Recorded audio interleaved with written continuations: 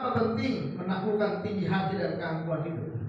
Yang pertama dalam catatan saya adalah membuka diri. Tapi sebelum sampai situ, mari kita baca dulu kalimat ini sama-sama. 1, 2, 3. Tinggi hati merupakan apa? Perangkap setan. Melalui apa? Kebanggaan pribadi dan sikap ketidaktaatan. Hal ini membawa kepada kegagalan hidup dalam kekekalan. Saudara yang dikasih dalam Tuhan, dalam pendahuluan saya tulis, tinggi hati merupakan perangkap setan. Jadi setan ingin membuat kita gagal hidup dalam kekekalan. Caranya adalah membuat bagaimana kita menjadi tinggi hati. Hidup kita ditiup sama dia gitu.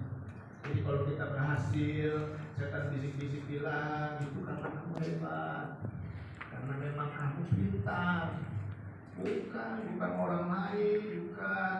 Kamu gak perlu doa, kamu berhasil karena kamu memang dikasih kepintaran, dan kepintaran kamu itu karena diri kamu. Hati-hati saudara, kejatuhan dimulai dari sebuah tinggi hati. Dan ini salah satu yang harus kita taklukkan dalam diri kita. Karena buat saya tidak ada tempat orang tinggi hati di sorga. Karena apa? Karena yang ada di sorga di sana adalah orang-orang yang melayani atau kerendahan hati. Setuju kata-kata. Dikasih dalam Tuhan, jangan hidup dalam kesombongan. Buat saya orang yang hidup dalam kesombongan artinya dia masuk dalam perangkap setan. Orang yang hidup dalam kesombongan dia masuk apa?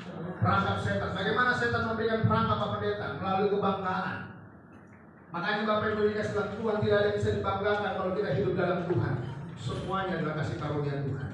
Semuanya adalah anugerah Tuhan. Kita pintar itu bagus, kita hebat itu bagus, kita punya skill itu bagus, tetapi semuanya berasal dari Tuhan. Setuju kata-kata?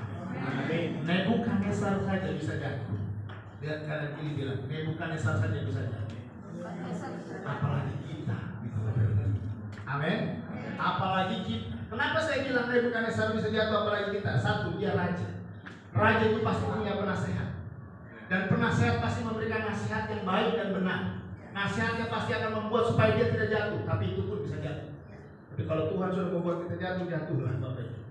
Tapi orang yang rendah hati, Alkitab saya berkata dalam Yakobus, akan menarik kasih karunia buat diri. Amin. Oleh karena itu bukan karena kuat gagah kita, tapi karena Tuhan yang ada di pihak kita. Kasih tepuk tangan kemuliaan buat Tuhan.